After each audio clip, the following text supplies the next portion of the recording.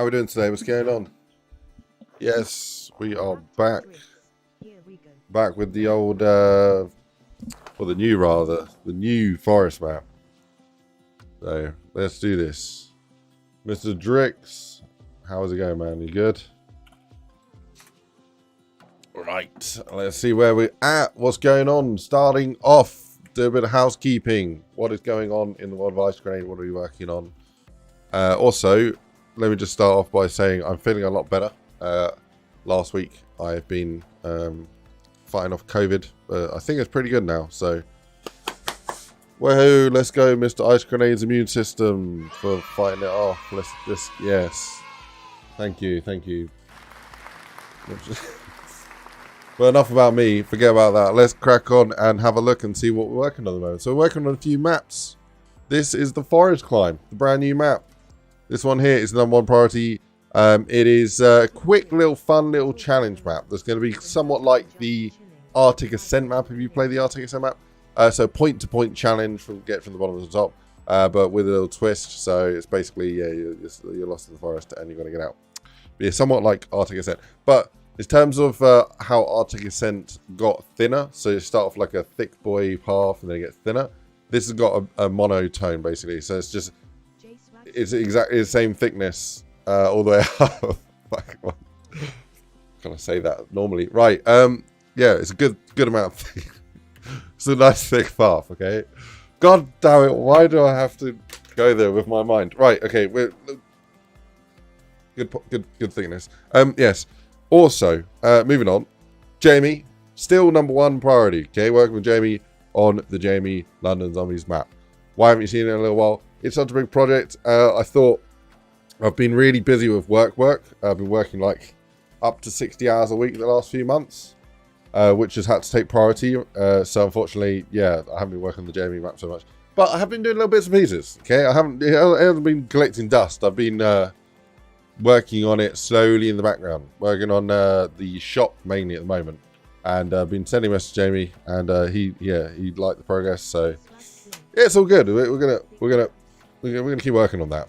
Thank you, Clapton Drake says you're a little hungover. Oh nice, you're chilling, but glad I'm feeling better. Thank you, man.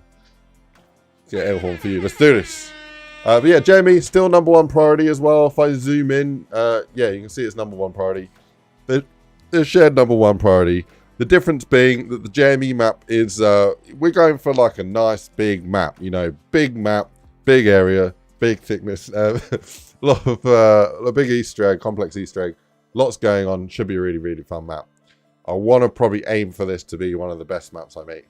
That is like where I'm going with this. So I think Sidemen on freaking steroids is where this is going to be. Yes, so it's also it's an unpaid project, so it's whenever I work on it on the side. The forest map, okay, is a quick and dirty map. So we're making this map really quickly, just smashing this one out of the park. Here it is. It's a point-to-point map made out of prefabs, made out of Lego pieces that we're sticking together. So I'm designing these Lego pieces. I'm basically designing the bricks right now, and then we slap them together, and all of a sudden you've got a castle. So if you can design the pieces really well, like the bricks really well, then it's easy to build a castle. But yeah, so that is what we're doing here. But if I go back to this, yeah, the Jamie map, everything's custom in the Jamie map. The Jamie map is everything's sort of, each asset has to be like handmade and then imported in, and so it's a lot of work. But it's something I'm passionate about, and I'm sure we'll return to that either partway through this forest project or at the end of the forest project. I'm happy to like jump between the two, you know, do a bit of yeah, switching it up. But yeah, the Jamie is the main project, takes priority. How are we doing, Corey Wallace? What's up, man? Yeah, so that's the main thing. Don't worry, RuneScape Zombies is still on the cards. If you want to see anything more about the projects that are currently in progress, do come have a look at this link. This is icegrenade.co.uk/maps. And I'll type that in the chat as well in case you're on a PC and you want to open that up on your other screen to have a look. Yeah, that is where I show all my projects. But yeah, RuneScape's really cool because it's got so much custom functionality in it. Anyway, how you doing, James, by the way? You right? You do good. I hope you're cool, man. It's good to see you here. And yeah, I appreciate your continued membership. Absolute legend, man. For those that don't know, he's an absolute legend. Mr. Cornrow Wallace also streams mapping.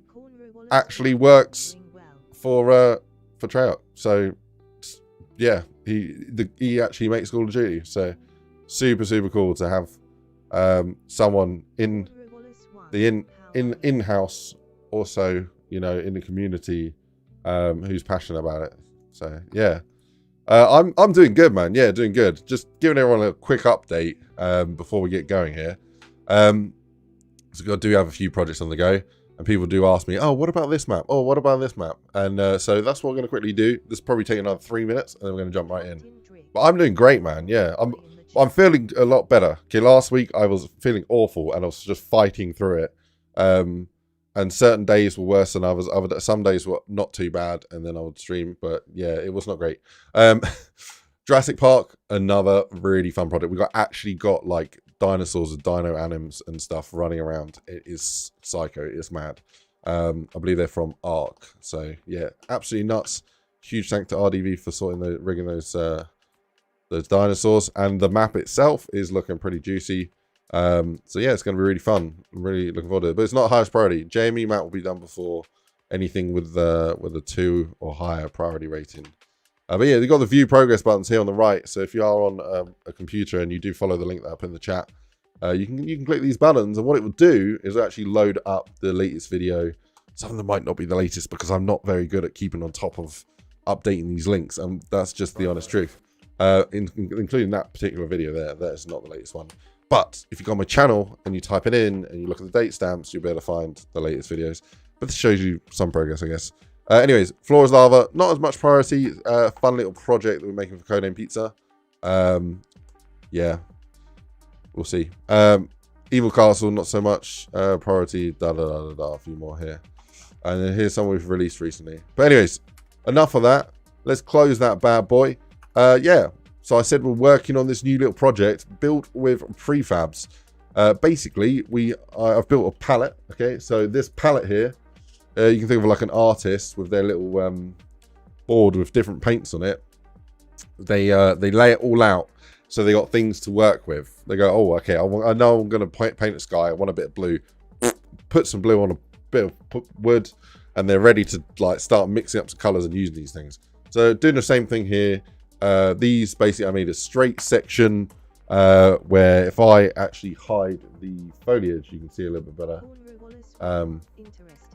And we got you got a straight section, a ramp section, a park section, a bulbous section, a corner section, a corner ramp section, and basically you can use these pieces to, let me just select all of the core, I can just hide that for a second, to just slap them together like Lego, like I was saying earlier, and all of a sudden you've got a point-to-point level. So you can literally play this thing, and it's a fully developed model. If I enable the foliage again, you can sort of see the density of the models in here.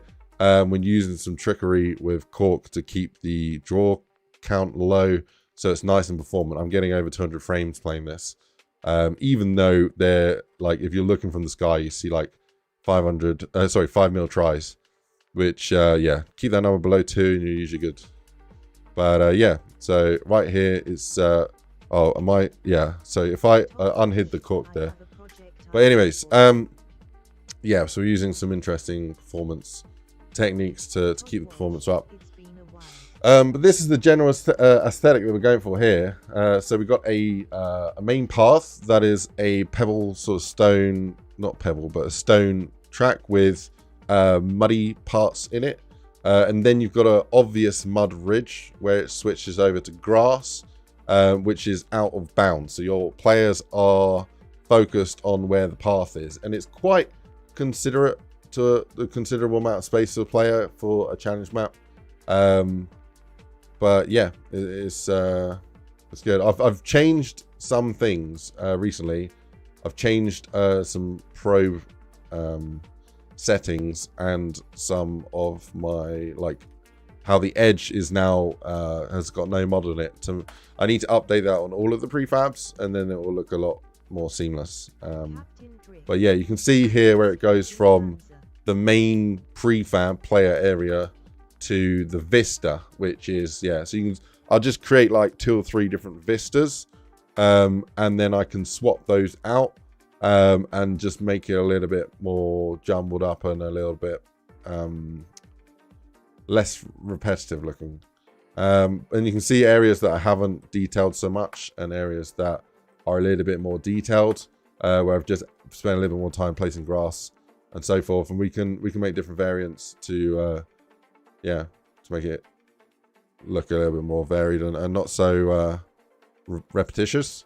I've slapped the tank in here just as an interesting way to block off the map. I could have done this many different ways. I thought, actually, let's make it like look like a continuous path, and that the player is just restricted here. The Vista is kind of gonna be using elevation to hide it a little bit. Also, I did look at using a fog to sort of hide the Vista a bit, but I didn't really like the vibe and the feel of it. So I sort of opted against that. I did, yeah, I've recently changed a few things, but this is the main sort of aesthetic that we're going for. Slight sort of lit fog, the sun rays coming through. No atmospheric fog, although I love atmospheric fog, but I didn't feel like it here. How we doing, Mr. Jack Daniels and Todd Welsh? Welcome to the stream, guys. My sounds are really delayed and broken, it seems. What the frick? Let me try that again.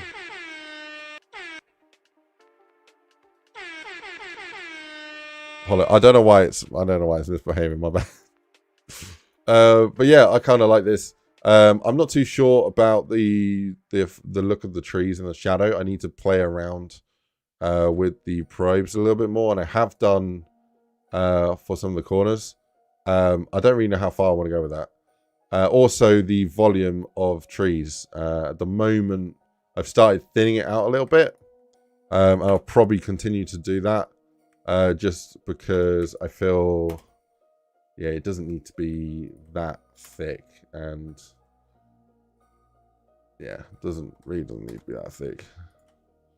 So, yeah, that's probably closer where I would want to go with this. Maybe that as well. Right, so I can say that. But yeah, literally the whole map is made up of about 7 pieces or something like that. About 7 different pieces, which is kind of crazy. Yeah, it should be good fun. Once I've pretty much built the track and my controller. I don't know why did they design Xbox controllers like this? So you can take the back off and you can put batteries in. And you can put in rechargeable batteries. These are brand new Duracell rechargeable batteries, right? And if you look on the top of the controller, there's a charging port on it. So rechargeable Duracell batteries in there. Rechargeable port here. You plug it in. Doesn't like it. You can't charge these batteries using the charging port. So I've had to buy a separate battery charger that I'll use to charge the batteries. I don't understand. I don't understand why it doesn't like charging using the port. It seems like an obvious oversight, to be honest. Right, the controller is turning on, so I've just found the receiver. It's actually a Bluetooth controller, so I shouldn't need need the receiver. I should be able to go to just Bluetooth settings and away you go. But let me just sync them up real quick, so I can just do a little flyby for you and show you the map, and then we'll get working on it. So yeah, the idea of this map is point-to-point challenge map. So you starts off a little hard. There'll be an easy mode and an insane mode. So you can make it harder, you can make it easier. Up to you how you want to go with it. Generally, the difficulty is going to ramp up pretty quickly. Pretty sharp curve on the old difficulty. Yeah, your enemy types are going to get stronger and more varied as you go. So just a heads up, the lighting is all wrong. It's not detailed enough, and I've not finished all the Vista. But this is the early design, and bear in mind this whole project has less than about 5 hours, I would imagine.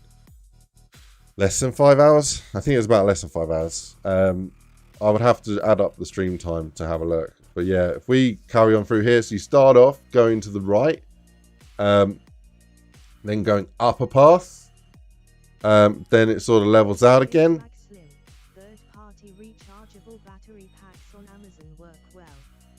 Oh, okay, I might have to give that a go. Yeah, there's a lot of lod pop in here. I think it's that grass. I might have to swap that out for, swap that grass out. Yeah, that's not good. But not all of it is. It's just that one particular grass type. But yeah, up this little ramp here. This ramp has been detailed a little bit. Nice. Come over here. We've got our first park area. This is where part of the quest will be. I can go through the Easter egg in a minute. Actually, there's no point in me going through the Easter egg. I went through it quite thoroughly in the last proper dev stream. My controller died. So, yes. No more fancy panning, I'm afraid. We're just going to have to go there with the jaggedy mouse movements. But yeah. After that one, you come up through here. I've already spent like that on Duracell rechargeable batteries and a recharger, so I'm just going to use that. But I can't remember where I put the charger, to be honest. I think Rama took it. I'll blame Rama. Got up the ramp. You take a right ramp up, followed by another ramp up, and to the left, and another ramp up, then a flatten out. To a left park side bent. I might change it so we've got a couple different park sides, and then another left here. It's going to be an endurance thing where the difficulty ramps up and up and up, and it's a survival, a point-to-point survival. I've got some really hardcore fans for this genre of zombie map, who just can't wait for the next one, and this is sort of for those guys. But yeah, it's also got an Easter egg in it as well, so it's going to be interesting. Make an option where you can change it to snow? God, no. No offense, but snow in games is a pain in the ass because it really limits what you can use, and you need to... And then anything that doesn't have snow on it looks really out of place. So like triples the amount of work that you need to do. Unless you have all the assets ready to go, all snow ready, you know? The most annoying thing in the world as well when you find an asset and it's not snowy. And then you have to make it snowy, so like goes from like a 2-second place to like a 30-minute handcraft edit. So go around to the right here, then up here, then up here. But how are we doing, JD, JDA, Mr. J's as well, Mr. Blade, yo, Mr. Jack Daniels. I already said hi to Mr. Jack Daniels, but yeah. Jack Daniels is on offer in Tesco at the moment. £17, which is like what, $19, $20 for a whole like 70 cl bottle. That's a pretty good price. Usually it's at least $25, I think, something like that. But you get the gist. It just winds. It's a windy route that goes up. So if I go like this, and then I go like this, and then I go like this, and I go like this, so we can hide all of the cork. And hide all of the volumes. You can get an idea of what we're looking at for the path here. I think so, yeah. But yeah, that palette is also in a layer, so it doesn't actually render. But yeah, right. Yeah, bringing it back down. Been working on that's the latest thing, working on the vistas. So you got the main path here, which is made up of different prefabs like this. And then the vista is made up of different vista tiles. And how they just connect basically straight onto the main path. And it's all on a very high grid. So the grid size is a nice big grid, which works really well. So yeah, they all click together. The only downside is the way that I have been building the path first and then thought about the Vista later. I haven't actually got pieces that fit. I haven't got pieces that fit every type of layout. So because the Vista takes up more than like one tile worth, it's sort of protrudes into other Vista areas. So I might have to redesign that Vista so it only uses one tile worth. But I haven't. But there's also elevation as well, which adds another sort of confusion into the mix. So I've got round it by creating sort of magic pieces that click together to sort of patch between vistas, which works quite well, but it's not obviously ideal. So that's one of the issues that I'm resolving at the moment. I started to sort of work out how I'm going to create these vistas because of that issue, by looking into basically common denominator like space placement. So putting out giant cubes into the world, I can see that if we select the path, we can create a tile on the outside that connects to all the other vistas, and that way we can design vistas that work together. End up having basically a tileable vista, and then these fancy vistas that are like connector pieces that can be interchanged. So this could have elevation or it could be flat. Likewise with the other half of it. So it's like a modular Vista set. But enough of that. I kind of want to focus on just planting some stuff at the moment, making it look a bit pretty. So I'll come back to the Vista fun later. And then there's areas like here where I have had to think outside the box. They don't have any probe setup. So if I view in the probe view, which is here, you can see the probe density bit all over the place. Wherever it is grey, kind of needs to be fixed up. Yeah, the reds obviously need to be as well. I have used quite low probe densities just to speed up the bake, so I can get the lighting right first, and then the quality of the lighting we can amp up by just improving the density of the probe, like the probe density number. But yeah, it is a way that you can do lighting a bit quicker. Right, so prettiness. We got a different variety of plants and assets that we're using. Going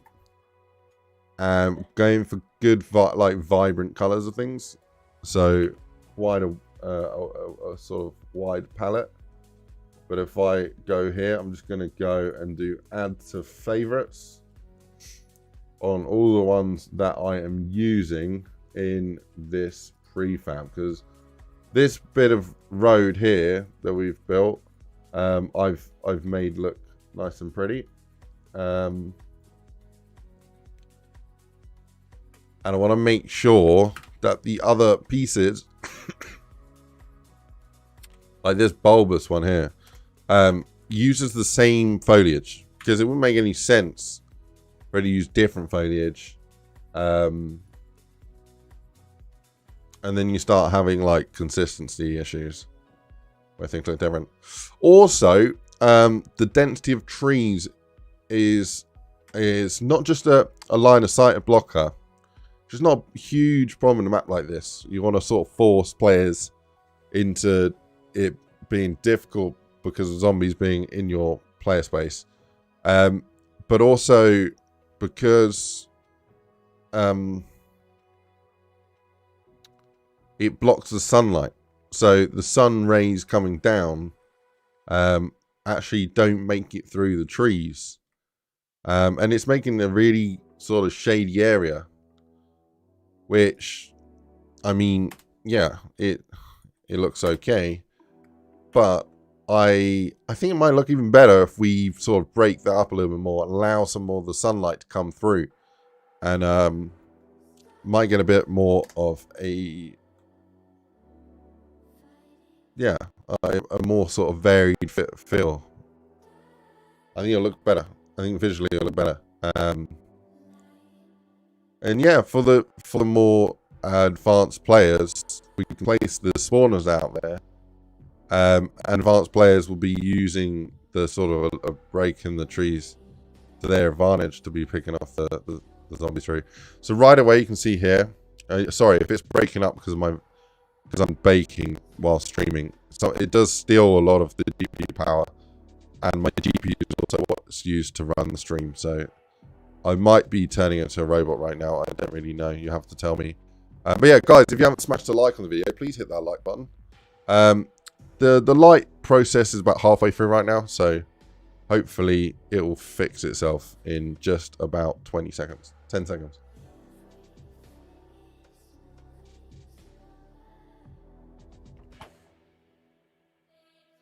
Right, there we go. So, sorry about that, if my audio went a bit funny. But yeah, should be back now. We do have a little bit of a break in the shadow there, which allows the sun to come through. Looks a lot nicer. I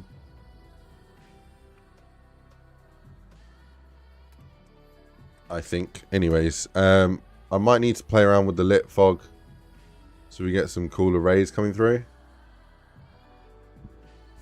But yeah, it sort of breaks up the very obvious lines. One of the things to improve immersion in video games, and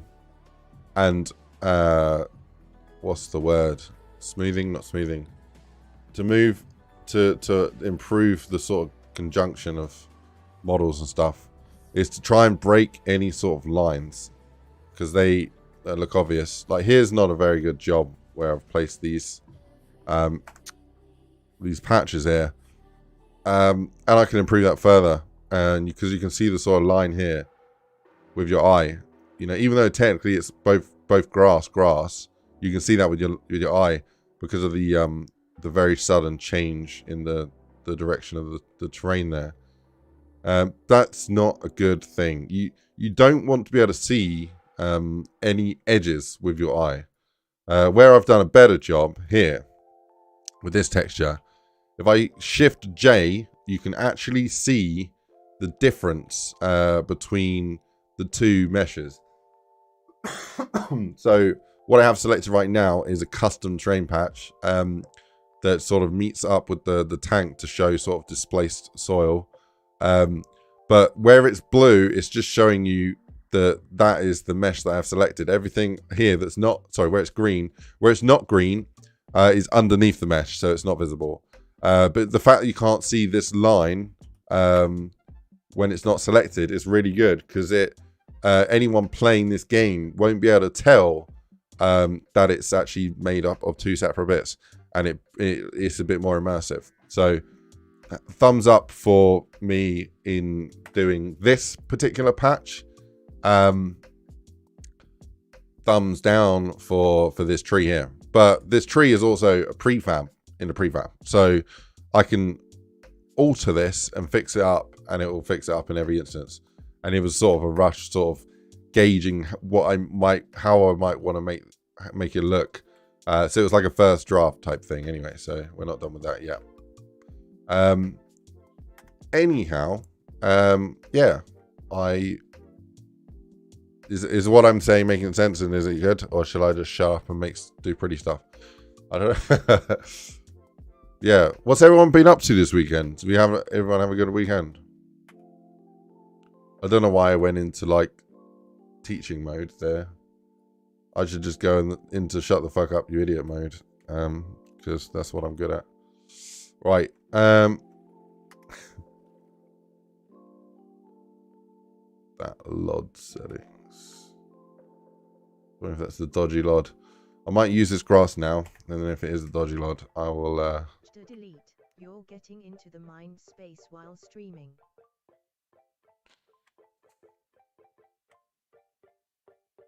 Way ha ha. Can you make your doors cheaper? Tongue poking smiley. Can I make doors cheaper? No way. Had some good luck on mobile game summons.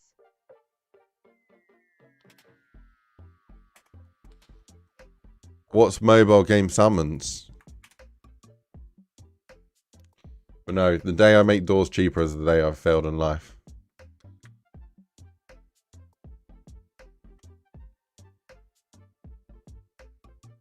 But no, doors. I don't make doors like that expensive. He meant the mobile game summoners. Oh, sorry, I've never heard of it. Is it good?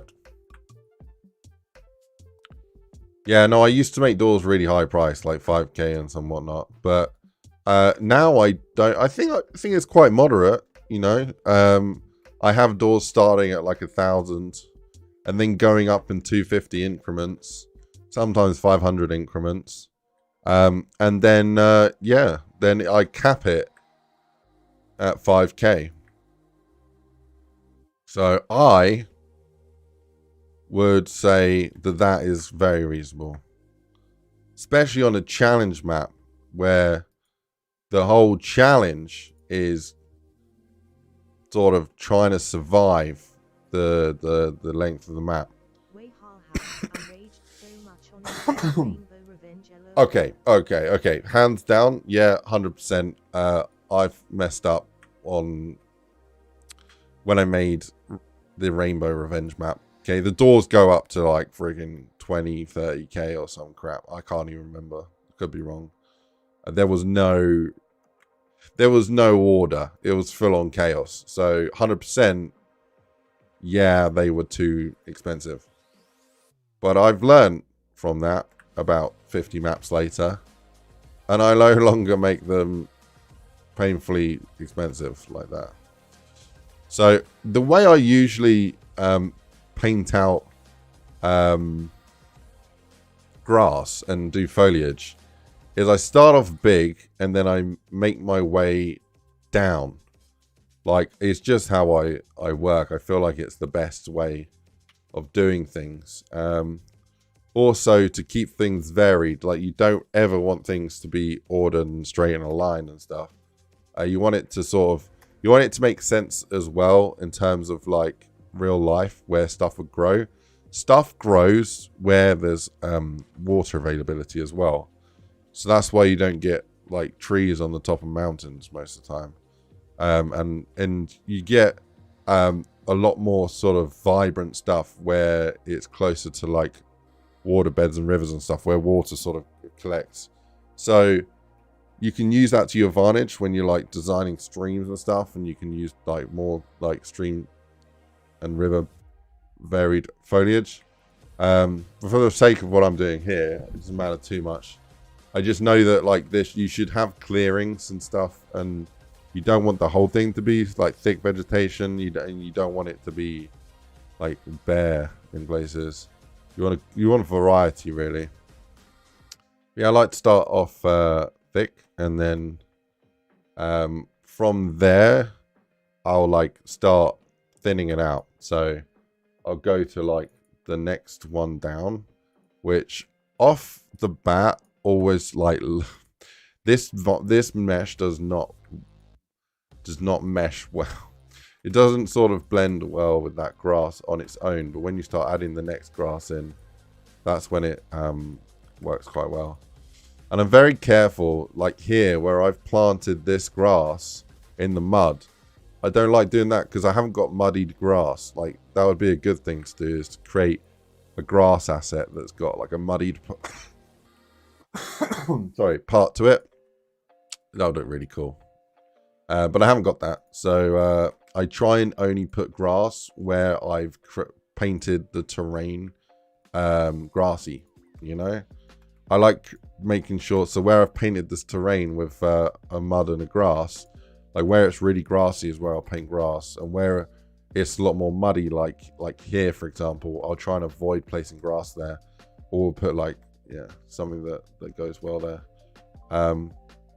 But as it is, yeah, sort of try and keep it in more grass areas. So I've started sort of placing oh, that grass there. Oh, nice. Okay. Yeah, we've got this grass here, which is slightly thinner stuff. And this grass here really complements the one I just placed. So I put this in front of it from the player's view, and that sort of blends the harsh parts of it. So if you look at this grass here, it's got really dark pits in it, like dark black areas here, and then really vibrant green parts, and the very strong contrast in the grass of this model sort of catches your eye, and it sort of kills the illusion a little bit because it doesn't feel real. But the grass that I'm placing right now is a lot more sparse. I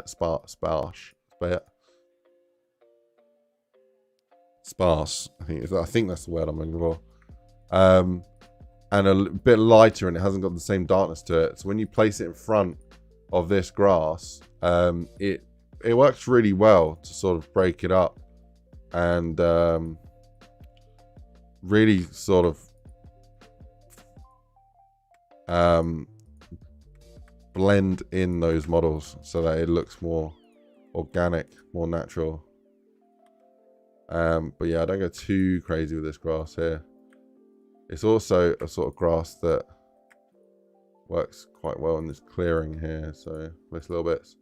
But yeah, I sort of do like layers basically. I sort of work my way out from thick, big stuff into thinner and thinner stuff when I'm doing this, because I like this. I like the look of that. And at the end of the day, you just do what you like. Yeah, you can get more specific with, like, yeah, you make sure regional stuff is in the right places where it should be, geologically, locationally, or whatever. Yeah. Now I'm just adding like little I don't even call this grass here, park grass, tufty grass in places. I like using this to really break up the harsh lines. So where you've got this, then this harsh line here, I'll stick that there, because all of a sudden your eye is now attracted to this, which is organic, and it completely hides the fact that there's something that's not organic beside it, which I think works really well. And then you can use that to sort of cover up bald spots in the terrain where you may have missed it. Not necessarily spread it out properly. Right. So got the corner up here as well. I want to make sure I'm not neglecting this corner. So I'm just going to add here. And I'm using F9 as well to switch for game mode to have a look at it, how it meshes with the Vista that's next to it. So, well, that's good. You could say leave the Vista showing the whole time, but then I don't know if I'm going to be planting on the Vista or in the prefab. So, yeah, I tend to just work like this and hop back and forth. Right, so the grass is placed. I'm quite happy with the placement of that. Density-wise, it's not too bad. It's very, very modest, actually, I think. We've got a very thick foliage, and it's only, yeah, 200k truck tries, which is really not bad. Right. Now adding a little bit of colour in, I'm going to start placing some plants. So I'm going to hide the clips though, because visually they're a little bit off-putting. So I'm just using a filter to hide that. And I like to keep plants in little groups when I'm placing them. So like this particular plant kind of doesn't sit on its own very well, this big green thing. So I can use the smaller plants to sort of break the placement up a little bit. Another thing is where I'm placing on the side of this thing, you can actually turn off the place and orient drop select to floor. So that will it will still allow you to have random rotation and scaling, but it'll make sure it's always planting like straight down, not at some funky angles, which works really well for tree placement and works well for plants like this. For grass, I would usually always recommend using orient to floor. Otherwise, you're more than likely to get like the floating grass, which looks way worse than sort of angled grass. IMO, in my opinion. Okay, so little placements of vibrant colors, which really looks nice. Gonna go on to the next one now, which is yeah, a slightly smaller but similar color, red, which I sort of put near it. Adds a little bit of variety on the sizing, and yeah,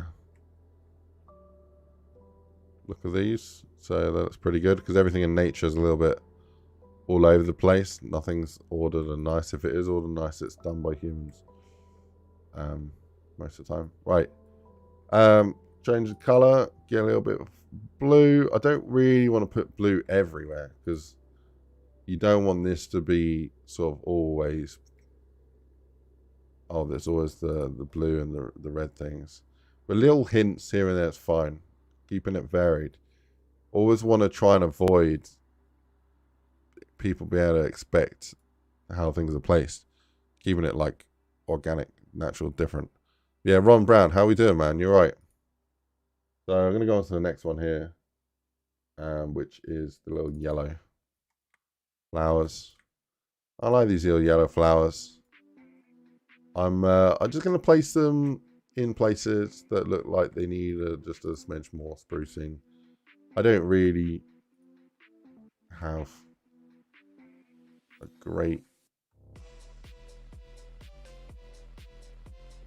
amount to say about these plants, but they're kind of nice.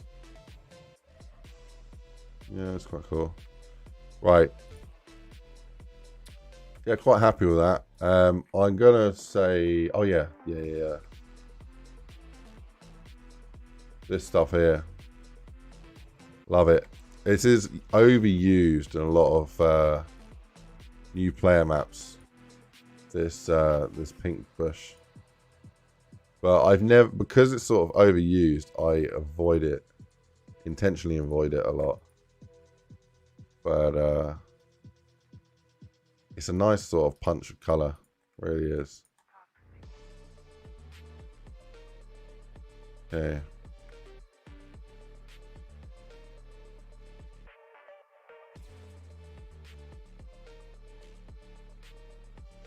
Then you can use the little single things as well, just to sort of. 2011.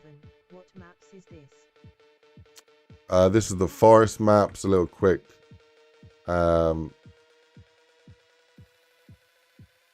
Quick little side project challenge map, point to point survival. Yeah, man, should be good fun. Right, so got those out. That's good. I do have another one as well that I like to use, and it's just a vibrant punch of color. I've got a light green, I've got a yellowish green, and I've got a white as well. And sometimes this can be a little bit overbearing, a little bit too much. So it's not always a good thing to use. But I'm going for a vibrant forest. I'm going for like a super vibrant sort of punch in your face vibes. And so I think it makes sense on this map, makes sense on this project to use this one. So I'm gonna use it, and yeah, but I don't want to use it too much, so sort of being very reserved with the placement of it. Don't want to go too crazy.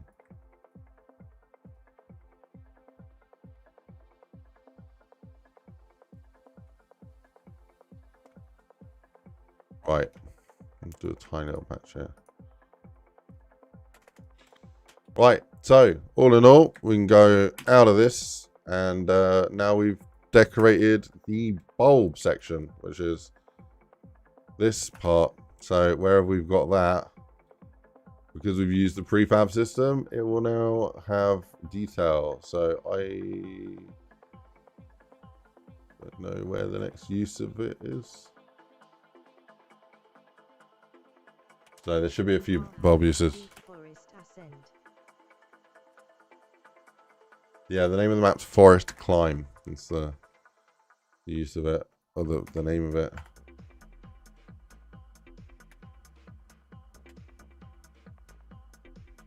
Oh, so there is another use up here. Yeah, buddy. We've got 3 uses. No, 2 uses. Okay, 2 are just pallets. Okay, well I can probably change one of these. Maybe this one here. Maybe this should be a bulb as well. How many straight sections have we got?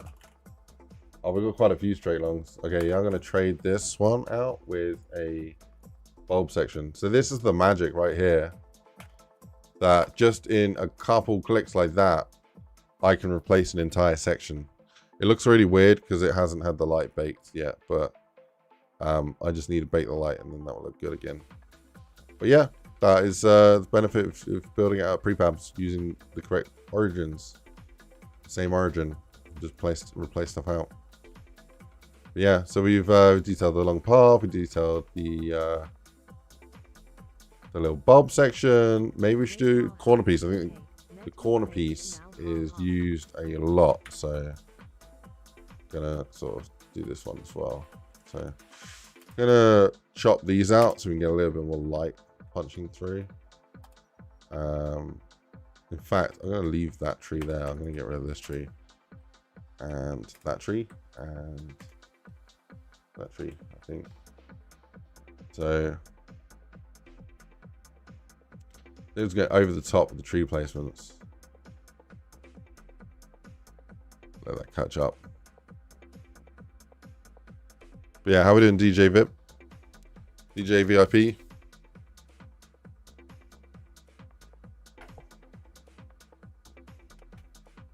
Alright, so I need to do the same thing here with these models. This is probably one of my favorite things to do when mapping, is just for like the general placing of foliage. So I don't want to get too. It seemed like to make a map it take like 1 year to make. Well, this is only going to be a week's worth, so of time. So, and maybe 2 years with the Easter eggs. But yeah, well that's not true. I made the Fall Guys map, which had a load of Easter eggs and create like massive amount of scripting. That was only a week from inception to release. It was a week. But yeah, it depends on the complexity. I mean, Leviathan, or whatever. Depends on the person, depends on the amount of time they have. Yeah, if they're working full time. Depends on a lot of factors. But if you're substituting, yeah, it depends on what you mean by quality as well. So to me, quality is couple blends, good amount of sort of build up in places. Yeah, be good. Doesn't need to be yeah, showstopper for quality.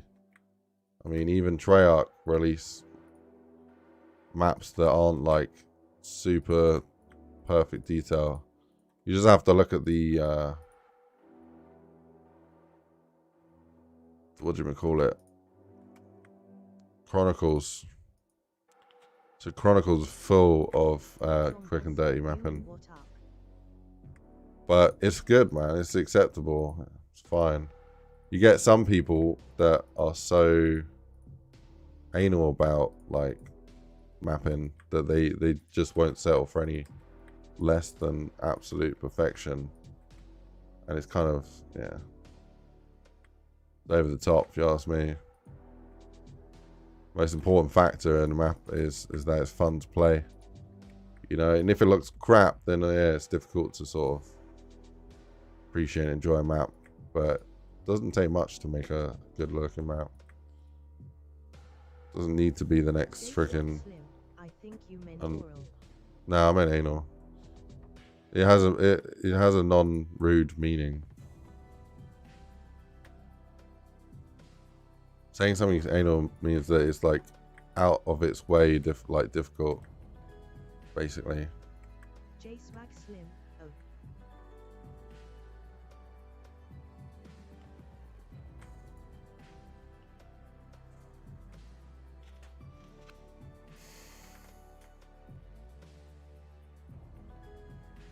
Way ha ha. What's up? What's down? What's left? What's right? Yeah. Was that the answer? I don't know. I can't think what else would answer that. But yes, I am good. How are you doing? Welcome. Web zombies, fun or good gameplay is definite #1. J Swag Slim, D-pad. D-pad. We got me there. I mean, yeah, that's fair.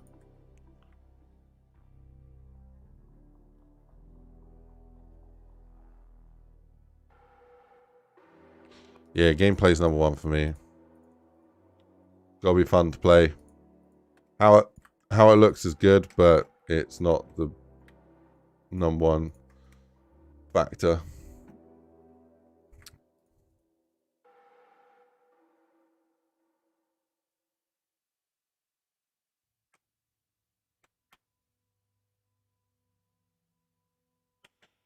I've been watching a new program that's on Netflix.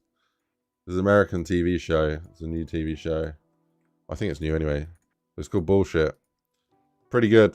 I didn't expect it. I put it on just as something to have in the background. To sort of not really watch. While we're chilling. We end up getting so hooked into watching it. It's really good. You heard it's bullshit. It is. Yeah, it's a good show. But no, I think it was good. There's, yeah, basically people lying on a TV show. You can earn money without, like Who Wants to Be a Millionaire, but it doesn't matter if you know the question or not. It matters if how well you can lie when you don't know it. But literally, that show can be that show, like, they need to really carefully vet who goes on that show. Because if you get two people, you know, friends, that go on that show, game over. They can win $1 million. They don't. Like, there's a huge logic issue with that show that I don't know how long they'll run it for because of that. But literally, through your actions, you can pretty much guarantee that someone will win $1 million if you just like always agree with them, always believe them. But yeah, there's got to be some sort of catch, yeah, safety catch for that. But yeah, I don't know, man. Yeah, maybe they do vet people so they're not friends. Did I see the new Dwayne Johnson movie? Oh, what the is it called Black Adams or something? Or Adams? I don't know. Black Adam, yeah. I haven't seen it. Was it in the cinema now? I don't know if it's in cinema. I've not even seen the trailer for it, but I'll watch it because I like The Rock. I think he's a good guy. He's got a really good mindset. Like, so I'll watch his stuff. Definitely. He's a very kind person. It seems on cam, off cam. He's very genuine. So yeah, man, I'll be watching it. Like, they kind of butchered the original Jumanji. You know, nothing like the original. But I can still watch it because they're, you know, I like Dwayne. But yeah, it's no offense to him. I mean, they couldn't recreate the classic film. Doesn't matter if you put anyone famous in it. But because Jumanji was like a proper classic film, you know, and they made it like goofy. It lost its sort of serious and like impactfulness. But yeah, man, he's a hard guy not to like. He's a good guy. He's funny as well. Him and Kevin Hart make a good team. We can change the background from the IceGrenade logo, but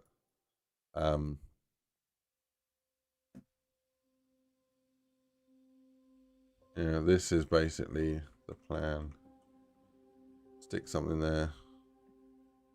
Be cool if you have like would a mirror work instead of my logo? I think this is the way forward. Use these mirrors. Maybe like tidy up the application of them so they're not like skewed like this. And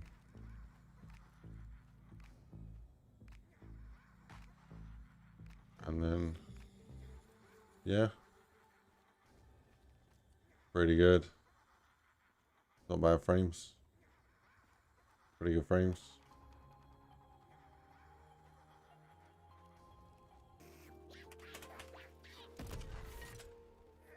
Yeah, that's the layout. Roxy edit, yo. How we doing, Roxy? What's up, man?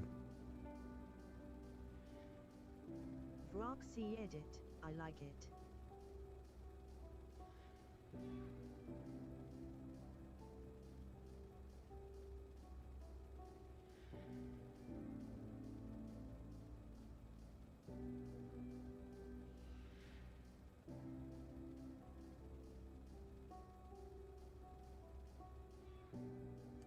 That's mad.